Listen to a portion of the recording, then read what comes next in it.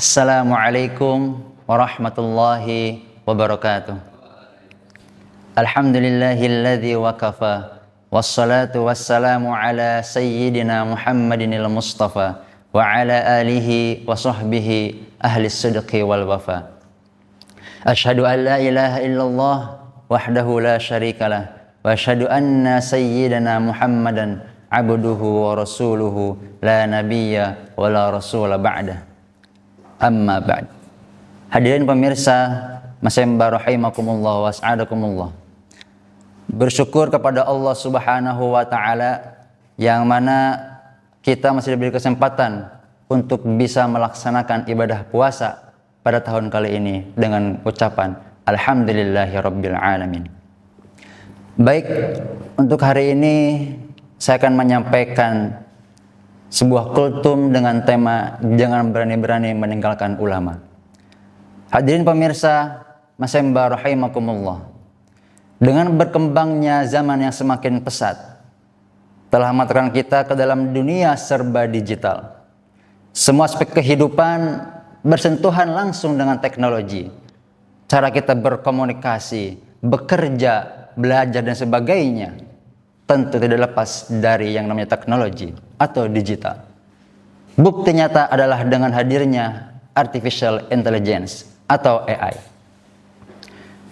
AI bukan lagi sekedar konsep dalam fiksi film ilmiah, tetapi menjadi kenyataan dalam kehidupan sehari-hari, yang mana AI dapat ditemukan dalam media sosial, dalam dunia pendidikan, dan bahkan dalam media dakwah.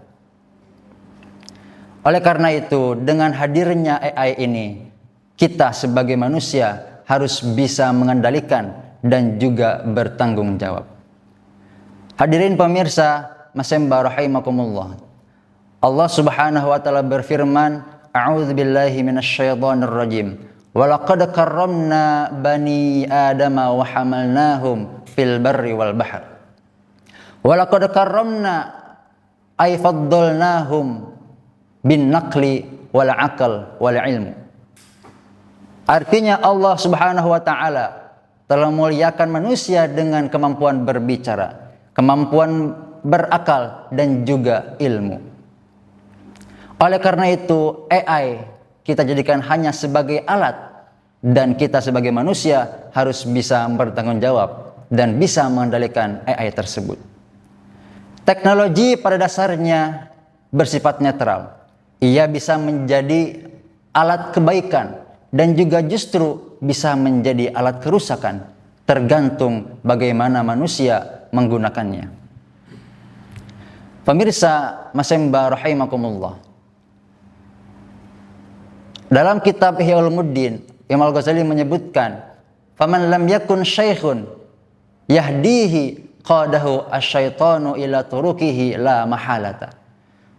Faman lam yakun lahu syaikhun, barang siapa yang tidak mempunyai guru, yahdihi yang dia sebagai petunjuk baginya, qadahu asyaitanu, maka sudah pasti setan akan menuntunnya ila turukihi, kepada jalan-jalannya, la mahalata, secara pasti. Dengan begitu, dalam hal ini AI juga begitu demikian. AI dapat membantu pekerjaan manusia lebih cepat dan efisien. Tetapi jika tidak disertai dengan keilmuan, dengan bimbingan guru, bimbingan ilmu, maka ia akan menjadikan manusia berpegang teguh kepada AI. Pemirsa, masyaallah rahimakumullah. Padahal Rasulullah sallallahu alaihi wasallam pernah meramalkan, sayati zamanin ala ummati yafirruna minal ulama wal fuqaha. Akan datang suatu masa dari umatku, yafirruna minal ulama wal fuqaha, mereka meninggalkan ulama dan fuqaha, fayabtaliyahumullahu bisalasi baliyatin. Apa penyebabnya? Maka Allah akan mengirimkan 3 bencana. Yang pertama, yarfa'ullahul barakata min kasbihim, yang mana Allah akan mengangkat keberkahan dari usaha mereka dan dari penghasilan mereka. Banyak orang hari ini mungkin penghasilannya cukup besar, tetapi tidak pernah cukup. Gajinya tinggi, tetapi hati tidak tenang, hati gelisah. Itulah tanda hilangnya keberkahan dalam dirinya. Yang kedua, yusallitullahu alaihim sultanan zalima, Allah akan mengutus bagi mereka orang yang berani meninggalkan ulama, pemimpin-pemimpin yang zalim. Yang ketiga adalah yakhrijunahum minad dunya bighairi imanin. Mereka akan keluar dari dunia tanpa keimanan, yang artinya wafat dalam keadaan su'ul khatimah. Na'udzubillahi min dzalik.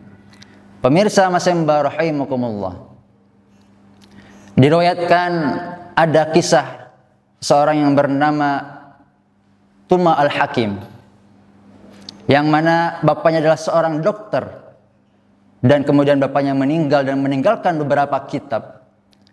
Dan pada suatu hari anaknya Tuma al-Hakim membaca satu kitab hadis, dan dia menemukan penggalan hadis yang berbunyi al-habbatu as-sauda shifa'un likulli da'.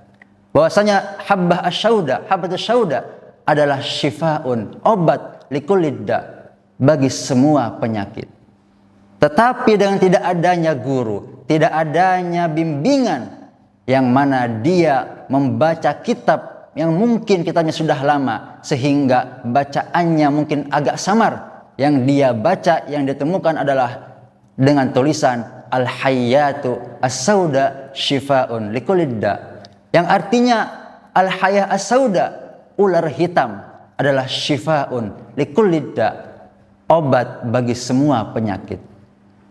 Dengan beraninya, dengan pedenya, dia menjadikan ular hitam sebagai obat bagi penyakitnya, yang akhirnya dia mencari ke hutan dan kemudian meminumnya, dan dilalah dia wafat karena meminum atau menjadikan ular hitam sebagai obatnya. Dari kisah ini Imam Abu Hayyan At-Tauhidi menulis sebuah maqalah yang berbunyi idza rumtal uluma bighairi syaikhin dalalta an siratil mustaqim wa tashtabihu al umur alaika hatta tasira min tumamil hakim.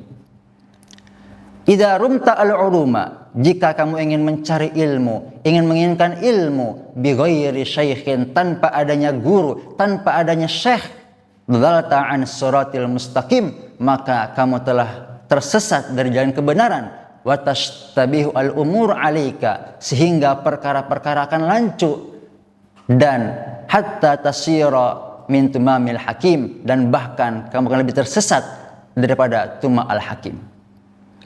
Inilah gambaran ketika seseorang tidak bisa atau tidak menjadikan seorang guru sebagai pendampingnya, sebagai pembimbingnya dalam mencari ilmu. Pemirsa Masembah rahimakumullah was'adakumullah, di era zaman sekarang informasi mudah didapatkan. Tetapi ingat, tidak semua informasi adalah ilmu, dan tidak semua yang viral adalah kebenaran. Sehingga kita tidak boleh merasa cukup belajar sendiri tanpa adanya bimbingan dari seorang guru. Kurang lebih mohon maaf. Wassalamualaikum warahmatullahi wabarakatuh.